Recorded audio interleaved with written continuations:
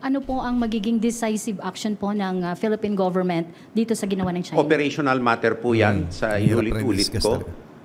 Ngayon po, kailangan kundinahin ng buong mundo at ng bansa ang iligal at mapaniil na mga aksyon ng Chinese government na labag sa kahit na anong norm ng international law, kahit saan libro hanapin. And hikayatin po natin ang buong mundo na kundinahin ang paglalabag at pang-aabuso sa international law at sa paghihikayat na magising ang ating mga kababayan na kung tunay na peaceful ang hangarin ng China, hindi maglalabag na ganito. Hindi maglilinlang na ganito ang China sa ating mga kababayan at sa buong mundo. Ayan mga utol napakalinaw nyo na. Oh, galit na talaga no? Galit. Kumbaga, paramdam ko, ganun kung ano nararamdaman ko, yung rin nararamdaman niya. At mas mabigat dahil siya yung nakatalaga. Siya yung point person, no? Para depensahan ang ating seguridad, ang Pilipinas. Secretary ng National Defense, Gibo Teodoro, no? Na sinasabi niya, no? Panahon ng pagkakaisa, hindi para kay maniwala. Naniniwala pa ba kayo dyan sa China? Mga karunungan, kaalaman, teorya, kasaysayan, hiwaga at mga bagong tuklas. Alamin natin, alamin natin. Gaya ng inaasahan natin mga utol, matapos yung insidente sa Ayungin Shoal kung saan nagkaroon ng collision ang China Coast Guard at Philippine Coast Guard o yung RORE mission ng Philippine vessels natin patungo sa Ayungin Shoal ay nabangga o binangga literal ng China Coast Guard. At ngayon mga utol, gaya ng inaasahan ay naglabas ng statement itong Foreign Ministry of China kung saan isinisisi pa sa Pilipinas yung mga pangyayaring iyon. So inaasahan naman natin yun mga utol na para sa kanila talagang tayo yung illegal na pumupunta doon. So ito naman mapapanood natin ang statement naman o press briefing ng Department of Defense bunsod sa naturang pangyayari. So kung maliit na bagay ang sabi nila, minor collision, minor collision, maliit na banggaan, ngunit ang pinalalabas nito, 'di ba? Iba na 'yung pinalalabas nito. Kung dati pangaharang lamang, ngayon ay talagang binangga na tayo. So pakinggan na natin ang briefing ng Department of Defense tungkol sa naturang insidente. Okay mga utol, game na. Mamaya ilalabas ko yung statement mismo ng Foreign Ministry spokesperson na si Mauning kung paano nila binabaluktot ang mga pangyayari. Okay? At kung anong sasabihin nila tungkol sa Pilipinas. At kayo na bahala, humusga doon. Eto na. Uy. We can show you a video clip of the incident. Ayan mga utol. This is Unaiza May 2.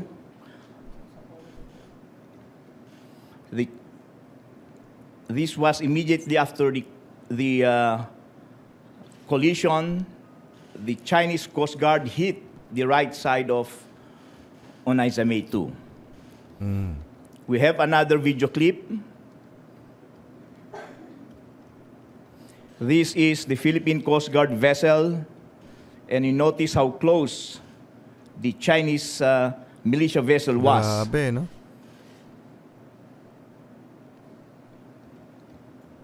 Malupit na ito yung mga sinasabi nila no? Yung kung ano yung statement ng China tungkol dito. Grabe mga utol. Mamaya ipi-play natin. The Philippine Coast Guard vessel suffered some damage at the rear portion. Forward natin konti. Ito yung pinapaliwanag lamang ni Vice Admiral yung pangyayari, no? And now our panel will take some questions. The first question is from Kenneth Paciente of PTV4. Hi, sirs. Good afternoon po. Kay Sec. Teodoro po. Sir, there is a reported discussion on the Code of Conduct of the West Philippine Sea in Beijing. What can you say about this, sir? Well, I think it is really very ironic that on this very day, there is the start of the second round of discussions on the proposed Code of Conduct, which is hosted by China. Whereas just yesterday, they were in blatant disregard of international law. And within our jurisdiction likewise. So what kind of good faith can we expect from them?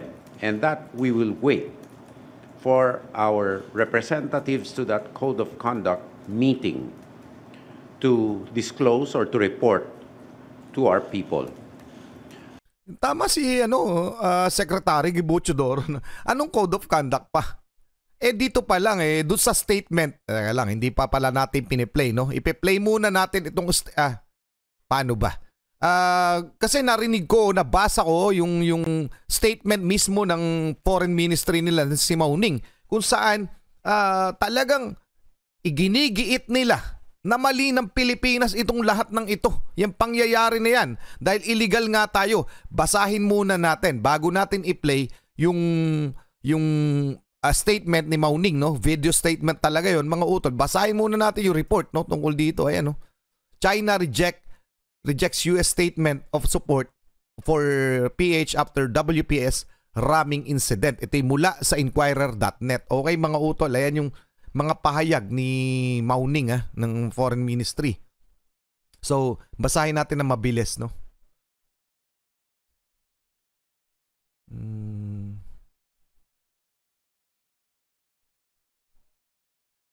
Ayan, no? Eto, mga utol, no? Si Mauning, yung spokesperson ng Foreign Ministry ng China, said that the Philippines gravely violated China's territorial sovereignty by sending a military ship to be grounded at Ayungin Shoal, but she said China had exercised utmost restraint and patience over it. Okay? So, sa madalit sabi, mga utol, ang pinalalabas nitong China, tayo nga yung illegal na nandun, tayo yung dahilan kung bakit nangyayari yan. Kumbaga sila nagte-take lang ng necessary action etong China para ipagtanggol ang kanilang soberanya doon sa lugar sa Ayungin Shoal. Para mas malinaw, pakinggan natin at baklasin natin itong statement ni Mauning, no? Mga utol, eto yan. Pe-play natin para maintindihan natin lahat. Game na. Eto, mga utol.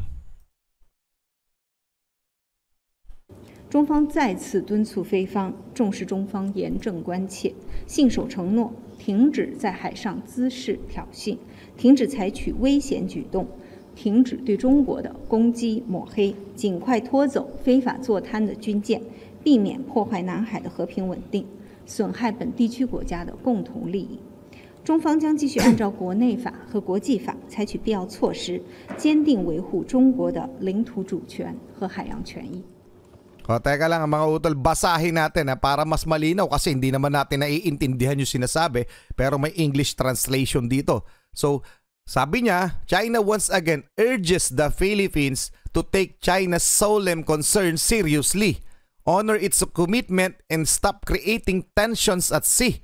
Sa madalit sabi, Pilipinas ang kumikreate ng tensyon. Yun ang pinalalabas nila sa kanilang statement. Okay? Stop taking dangerous actions, stop attacking and smearing China.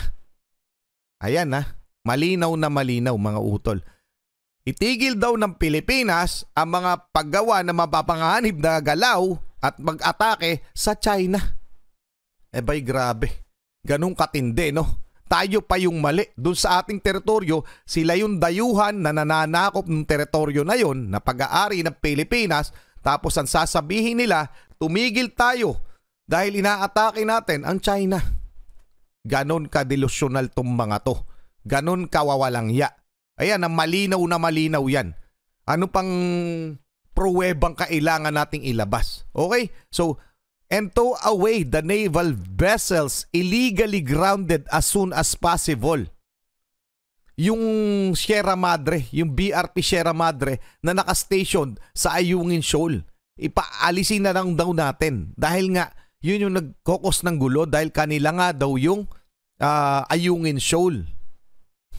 Tayo yung illegal, okay? Tuloy na natin. So as to avoid undermining peace and stability in the South China Sea and undermining the common interests of regional countries, China will continue to take necessary measures in accordance with domestic and international law to firmly safeguard China's territorial sovereignty. So paulit-ulit daw nilang gagawin yan hanggat hindi tayo umaalis doon sa teritoryo na yon, which is yung Ayungin Shoal at kung ano pa. Yung mga inaangkin nila kasi kanila nga daw yun. Grabe, diba? Sobrang grabe. Nakakabwisit. Sobrang nakakabwisit. Anong masasabi nyo dyan, mga utol? Tayo yung mali. Oh, yun yung pinalalabas nila. Kanila yon, huwag kayong pumunta dyan. Umalis kayo lahat sa teritoryo namin. Kasi kung hindi kayo aalis, gagawa kami ng mga bagay na kailangan o dapat namin gawin para kayo tuluyang umalis. Ganon yung pinalalabas ng China. Parang baliktad no? Dapat tayo yung naglalabas ng statement na ganyan. Kasi sila yung nangaagaw ng teritoryo.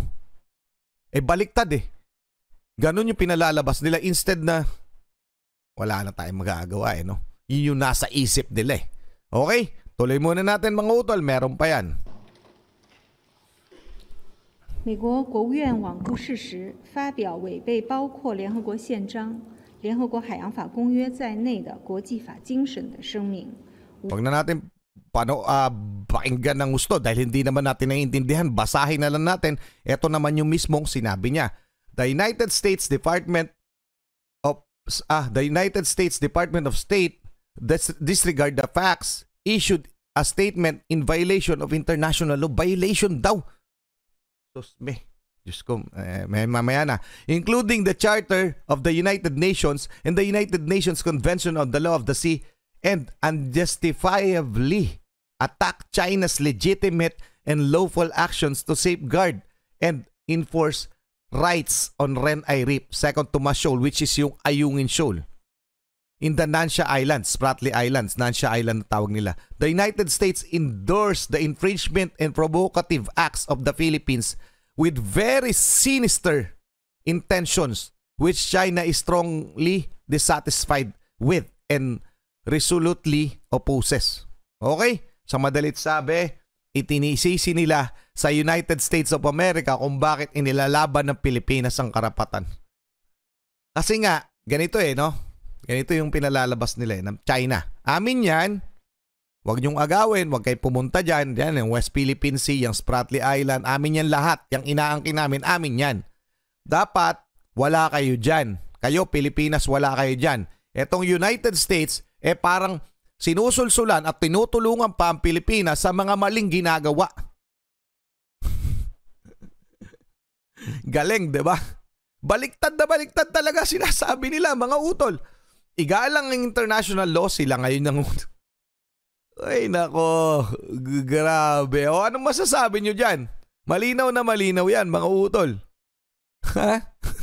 Ganyan yung nasa isip nila. Mga delusional to mga tao na to Meron pa yan Alam ko meron pa. Ayan In order to realize its own geopolitical privacy, the United States has instigated, supported, and cooperated with the Philippines' infringement and provocation at Ren-Ai Reef. Oh, ayan Grabe, di ba? Which seriously violated international law and basic norms governing international relations, seriously damaged China's sovereignty and rights and interest, and seriously endangered regional peace and stability. Countries in the region can see this very clearly. Ang hirap na no? Una sa lahat, China ang nananakop. China ang nangaagaw. China yung nandyan sa maling teritoryo. Inaangkin nila. Ngayon, mga utol, para malinaw sa atin, ito yung statement nila. Pinalalabas nila na tayo, Pilipinas at iba pang bansang karatig nating puok, ang umaagaw doon sa teritoryo nila. Kung dito sa Ayungin, atin yan. Sabi ng China, amin yan. Kayo ang nangaagaw ng teritoryo na yan. Pilipinas, illegal kayo dyan, Pilipinas. Ngayon, tinutulungan kayo ng United States para gawin yan. So mali kayo. Mali ang United States, mali ang Pilipinas. Ganun po kasimple yung pinalalabas o yung statement na sinasabi ng China. At dahil doon sa ginagawang mali ng Pilipinas at ng United States, nadideter. Yung nagsasuffer yung regional peace and stability. Na baka mauwi nga daw sa gulo. Kasi nga daw, Diyos ko, anong masasabi nyo dyan mga utol? So ituloy na natin muna itong press statement ng Malacanang tungkol dito ng Department of Foreign Affairs. Department of Defense ng Pilipinas. Okay? Game na mga utol. Ito naman yung mga katugunan sa mga katanungan ninyo. Pero i-comment nyo na yung inyong buwisit. But I repeat once again that what happened yesterday was a serious and egregious violation of international law and an escalation of their expansionist and aggressive action. And yet, today, they are hosting a proposed declaration of a negotiation, the proposed declaration of code of conduct. Now, what kind of message is this signaling? I want to know, and we deserve undistorted answers, the truth from the government of China. Because once again, we repeat, they have neither jurisdiction nor authority to conduct any sort of governmental operations within our 200 nautical mile exclusive economic zone. Yun yung malinaw, no? Wala silang karapatan, sisimplihan natin, wala silang karapatan na gawin ng kahit ano paman sa ating teritoryo within our 200 nautical miles Philippine Exclusive Economic Zone. Ngaya lang, naglabas sila ng statement na naman, di ba? So ano nga pa nga bang pag-uusapan? Yun ang sinasabi ni Secretary Gibo Teodoro. Sabi, walang iya di ba? Nakakapikon Totoo lang, pikon. Ang sakit na siguro ng ulo nito ni Secretary Gibo Teodoro, no? Sa ano nila. Sabi mo yung nangaagaw sila ng teritoryo pero sinasabi nila, kayo ang illegal. Kayo Pilipinas illegal. Pucha. Talaga ibang klase talaga no? Tuloy na muna natin at naano rin ako Nadadala, alam ko nadadala rin kayo. And no justification they can give will stand the test of credence before our own people and more importantly before the whole world. Maris Umali, GMA 7. Sir, it was already clear from your statement a while ago that the President called this for the command conference because he views this incident as a blatant violation of China. So, by China. So, after directing the investigation, what happens now? Because even the commandant, sir, a while ago mentioned that it is very clear that this is a violation. What happens next? Well, we will not talk about international operational matters. We will not discuss that. China does not discuss operational matters, neither will we. But we are here to really decry in the strongest possible terms this egregious violation and illegal act within the 200 nautical mile exclusive economic zone, and the obfuscation of the truth by China's distorting the story to fit its own ends, and the duplicity of China in claiming to be peaceful and claiming to be friendly while resorting to these aggressive acts. Malinaw yung sagot Just a niya, no? follow-up. Can you explain any potential? Malinaw yung sagot ni Secretary Gibo Teodoro, no? Na yun nga, distorting the truth, no? Yung China. Kasi nga, yung kanina, yung statement ni Mauning, pinalalabas talaga nila, kamalian lahat dito ng Pilipinas.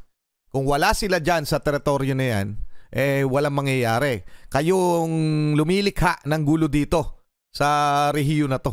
Pilipinas, Ganon yung story ng China na naaabuisit kasi sila naman yung nangaagaw ng teritoryo natin. Ang sakit sa ulo no? Ganon, no? Parang China yung pumunta, agawin ng teritoryo ng Pilipinas, tapos ang sasabihin nila sa statement nila, kayo yung illegal. Pilipinas, umalis kayo dyan, illegal kayo, at kayo yung nagdudulot ng dahilan kung bakit mawawalan ng peace and stability sa lugar. Mga siraulo talaga tong mga to, no?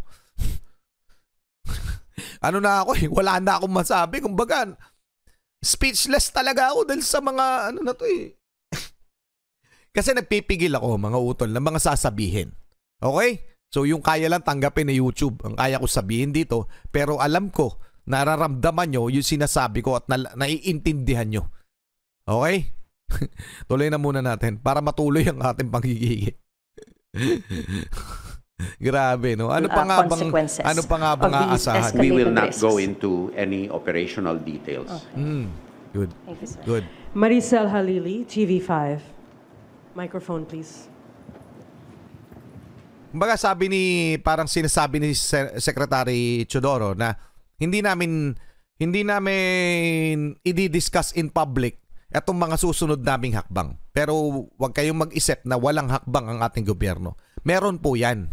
Meron po yan. So nag-atas na nga ang ating Pangulo si Bongbong Marcos sa mga commander ng ating armed forces at pati sa National Defense Secretary, no? So meron tayong aksyon, ngunit hindi natin ipara isa publiko. Okay mga utol, yan po yung malinaw na sinasabi ni Secretary Gubo Chodoro. Hindi namin ididetalye itong mga gagawin naming hakbang. Okay ha? Malinaw yun mga utol. Tuloy na muna natin.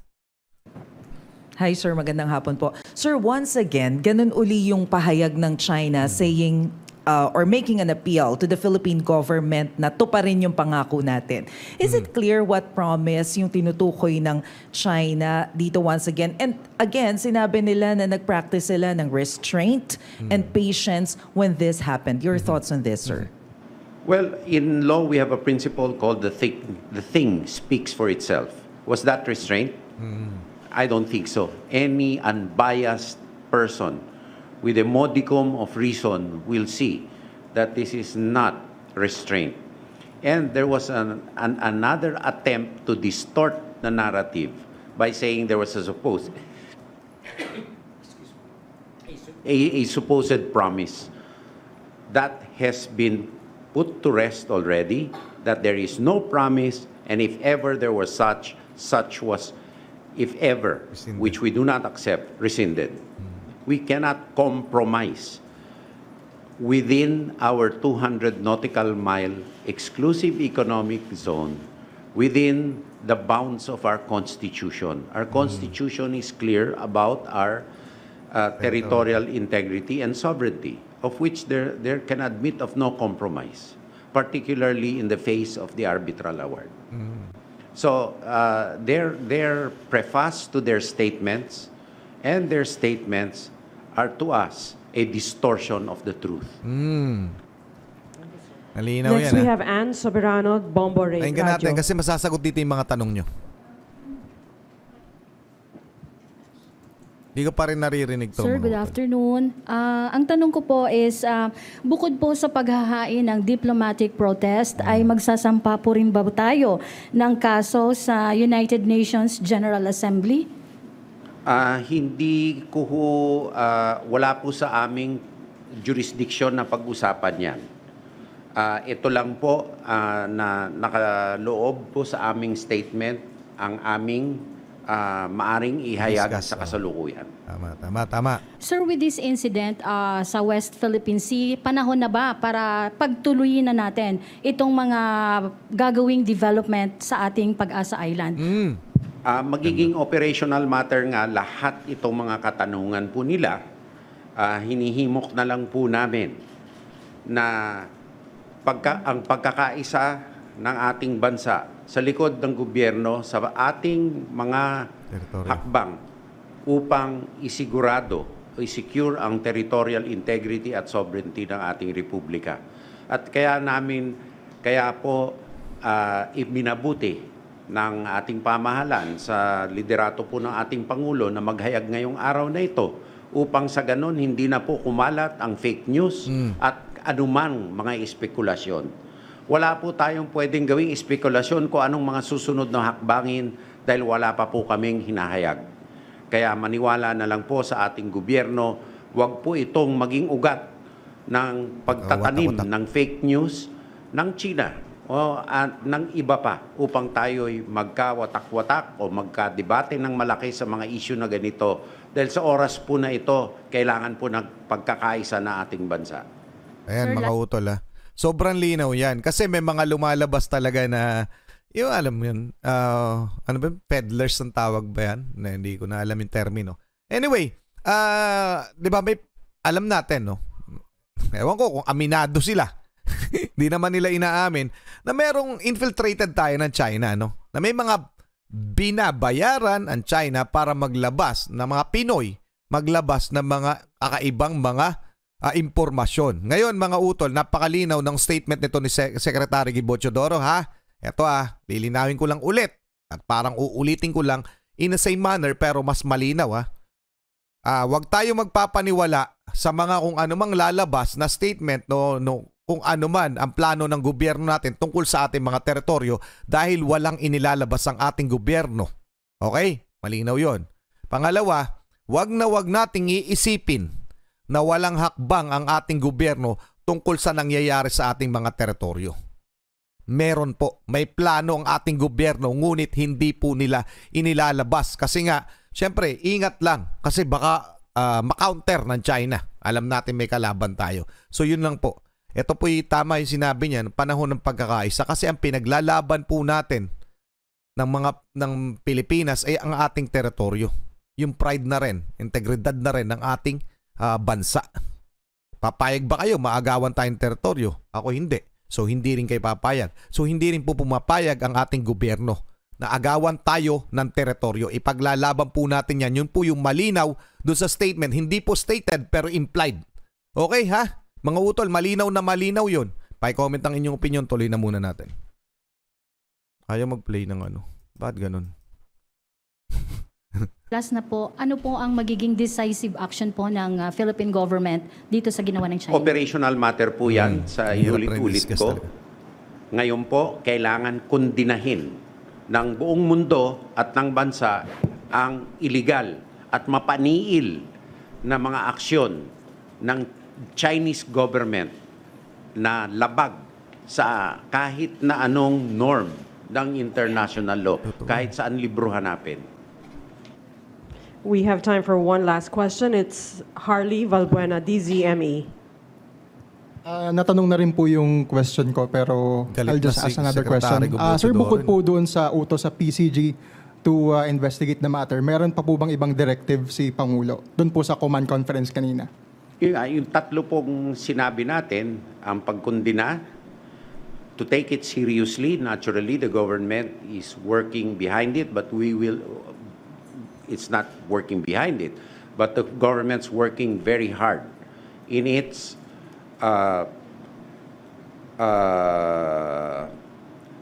constitutionally mandated task to secure the territorial integrity and sovereignty of the Republic of the Philippines.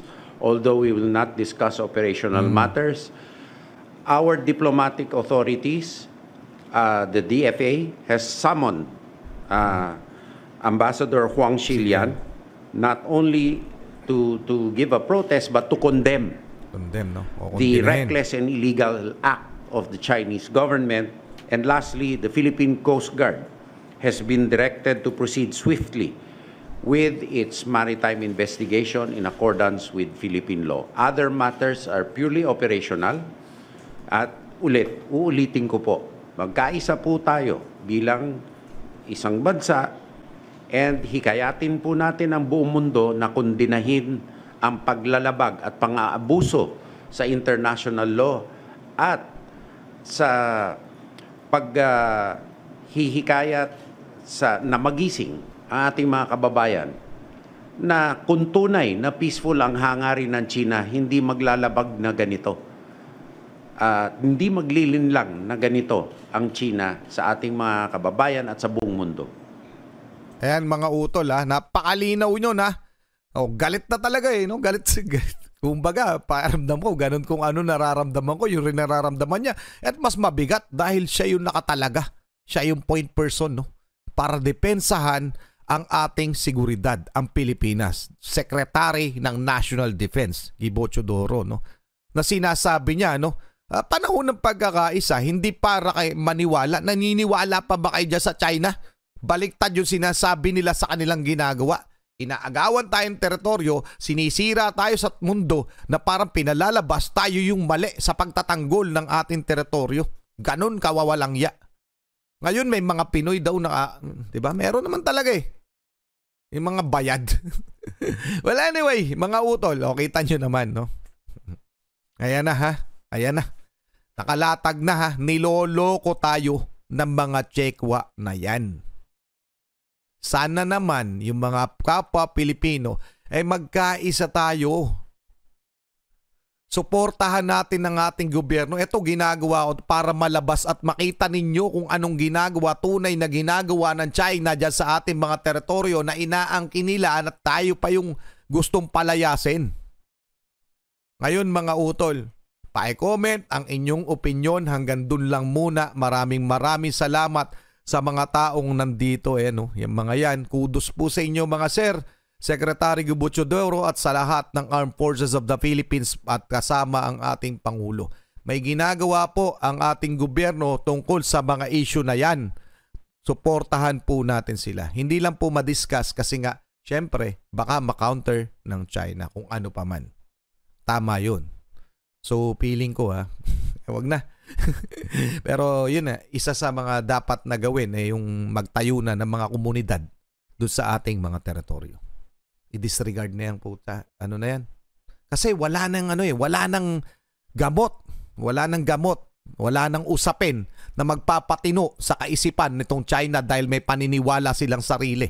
Sabihin nila igalang international law, sila yung unang-unang hindi gumagalang nito. Ngayon pa-comment ang inyong opinion. Hanggang doon muna. Maraming salamat. Muli ako si Target Takilis in behalf of the Real South Pride Production. Okay, nagpapasalamat sa walang sawa niyong pagsuporta. Kayo mag-iingat. Keep safe. God bless. Saludo po sa inyo lahat. Maraming salamat po.